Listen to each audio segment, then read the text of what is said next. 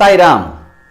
In his discourse on the 21st of July 1993, Bhagwan Sri Sathya Sai Baba, our beloved Swami, spoke in great detail on destiny, effort, and the role of God in all of this. He said that God is a witness, and though He is the one who has created the entire universe, He will not interfere in the workings of the universe. Giving an illustration, he said that the traffic commissioner is the one who frames all the traffic rules for a particular region or a city which is under his jurisdiction. Though he is the author of the rules, he will never violate the rules that he himself set. So too, God is the one who has set the rules of dharma, but he will never interfere in it, though he is the author. But there are those exceptional circumstances in which God modifies or even rewrites these rules. What are those exceptional circumstances? And how can we create an exceptional circumstance so that God is ready to rewrite our destinies? Well, I had the privilege, the pleasure, and the good fortune of witnessing one such rewriting of the rules, one miracle that was done publicly. And then Bhagwan himself explained what is it that makes him do such things.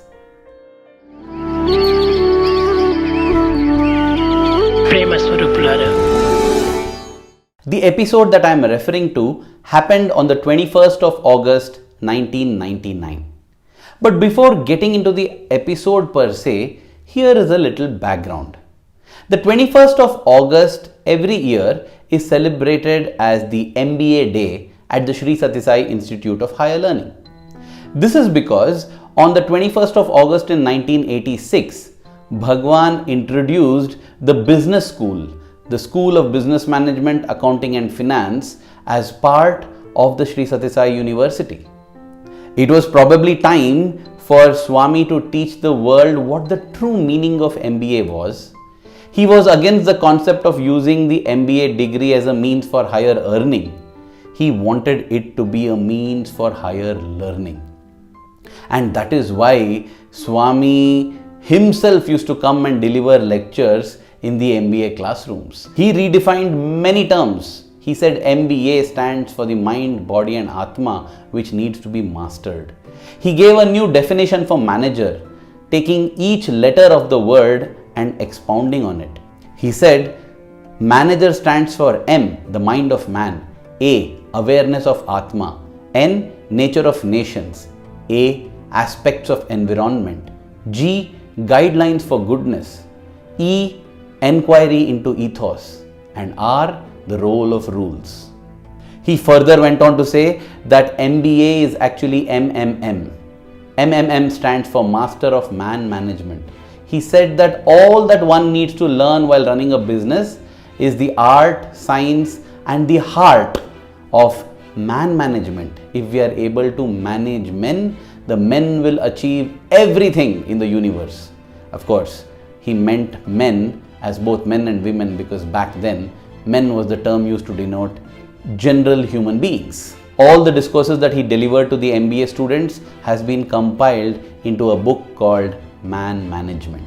It is not surprising, therefore, that Swami gave a lot of attention to the MBA students, and batches of students used the MBA as an opportunity for higher learning, to evolve on the spiritual ladder, to get closer to Swami and to build a world that was Swami's ideal world.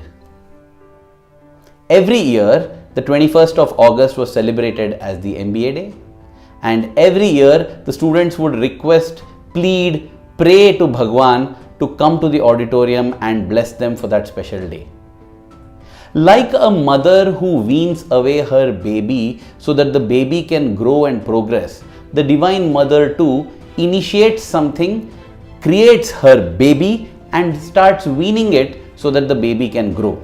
In the initial years, Swami's visits to the university were very frequent, and he would speak almost on a weekly and monthly basis with the MBA students. As years passed, the MBA baby was weaned and Swami's visits became less and less, till it almost became like an annual event, and that happened on the MBA day. So in 1999, the 21st of August that I am referring to, all the students wanted Swami to come and bless them in the institute auditorium. And Swami had agreed for it. Back then, I was in the 12th grade, and all the students starting from the 11th grade, the 11th and 12th from higher secondary school, and the students pursuing the bachelor's program as well as the students pursuing the master's program, along with all the MBA students, were invited to this special session in the university auditorium. So the institute auditorium was packed to capacity. In fact, if there was more capacity, I am sure more students would have been invited. When Swami arrived to the auditorium and he sat on the stage, it was evident that Swami was not feeling well. He looked a bit tired, he looked a bit weak, and all of us were wondering what happened to Swami. But Swami went about with the day's proceedings as if nothing had gone wrong, as if everything was normal. In fact, there were a couple of speakers, the final one being Professor U.S. Rao. And after he concluded his speech, Swami blessed him and told him to proceed with the remaining part of the program. The key highlight of the program would be, as it is always, Bhagwan's discourse. So now, Vice Chancellor Sir, Shri S.V. Giri, he himself noticed that something was amiss with Bhagwan. So he went and asked Swami whether they could put the drama which was scheduled, or whether Bhagwan would like to address the students because that is the schedule. He didn't want to force Swami to speak because it looked like Swami is not feeling well. At the same time, everyone knows that Swami is the one who decides everything, so whatever Swami wanted to do. So there was a bit of, to and fro. Vice Chancellor requesting Swami what should be done, what is the next. But at the end of it, it became clear that Swami told him, you get the mics, I am going to speak. And then Swami rose up to speak.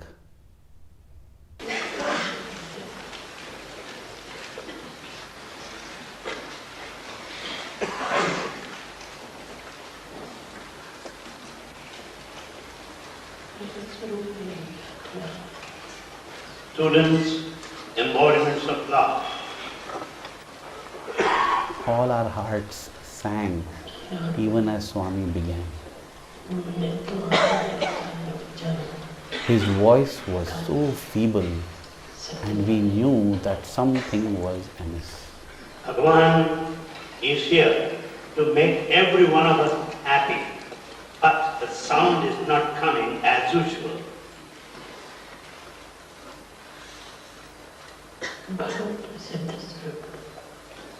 God is the very embodiment of sound.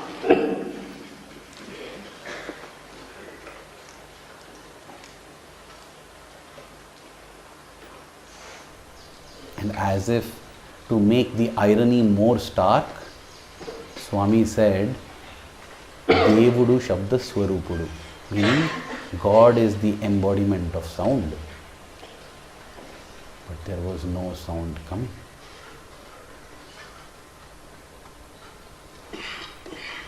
And then it happened.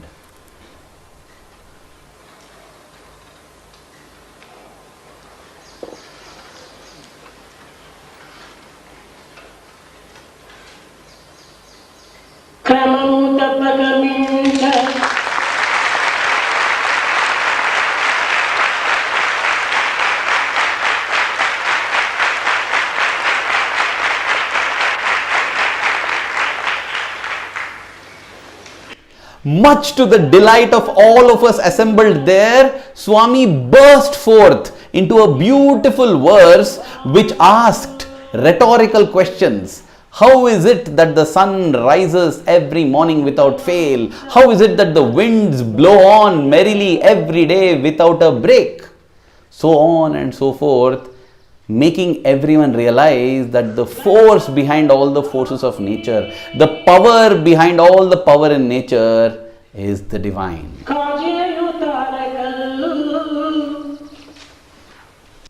Swami then went on to explain what had happened.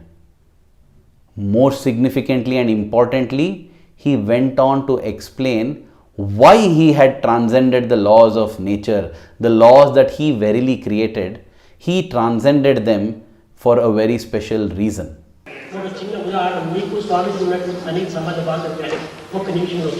Because of intimate relationship between Swami and you, Bhagavan wants to tell us a small thing. It's yesterday, Anil Kumar also was there, Bhagavan could not speak. Bhagavan gave darshan to all devotees and he didn't speak to anybody. Next day, there is a function there. And Anil Kumar said, Swami, let's cancel college function. Your registrar also said same. Vice Chancellor also said same. They promised to students, I will never disappoint them. And we said, that's all our own students, you can have their own. Bhagavan has no feeling of mind and time. In fact, he has no differences whatsoever. Nothing like somebody different, separate. Promise is very same. He said, I will definitely tell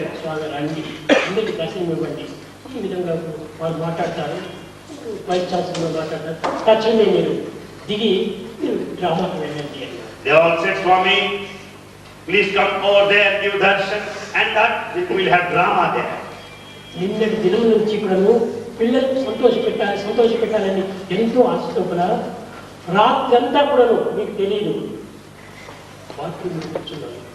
Bhagavan wanted all boys to be very happy. He spent all the time throughout life. Yes, it's bound to happen. One should not act against the laws of nature. Bhagavan started shouting throughout the night because he wanted to restore the normal voice. He could not get it. One should not act against the laws of nature.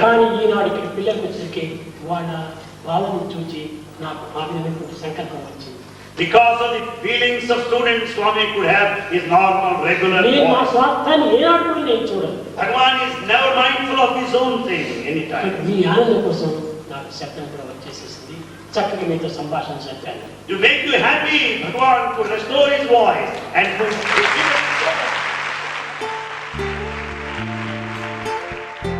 There you go, dear brothers and sisters. It is love, love, and nothing else but love that makes these miracles possible. Where there is love, there is God, and where there is God, there are miracles.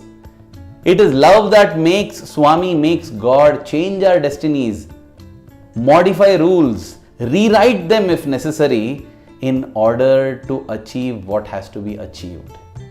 And you know the beautiful thing about love? When we love Swami so intensely, even if the rules are not changed and destiny is not modified, we will accept it. Not just accept it, we will rejoice with it. We will love his uncertainty because love is all that matters. Of course, like how he saved Prahalada from the trampling elephant and the poisonous snakes, the Lord can come and save us, definitely. But then the Lord also transforms us into devotees like Mirabai, who drank poison, but it became Amrit. It nullified the effect of that vicious poison and became something that made her immortal. So that is the secret, dear brothers and sisters. Love and nothing else. Love works miracles. Love also works miracles of transformation, which makes us surrender and accept whatever he does as the best for us. And that is why every time I conclude my talk, I make it a point to conclude with the prayer, Dear Swami, may our love for you keep growing every passing moment. Thank you. Jai Sai Ram.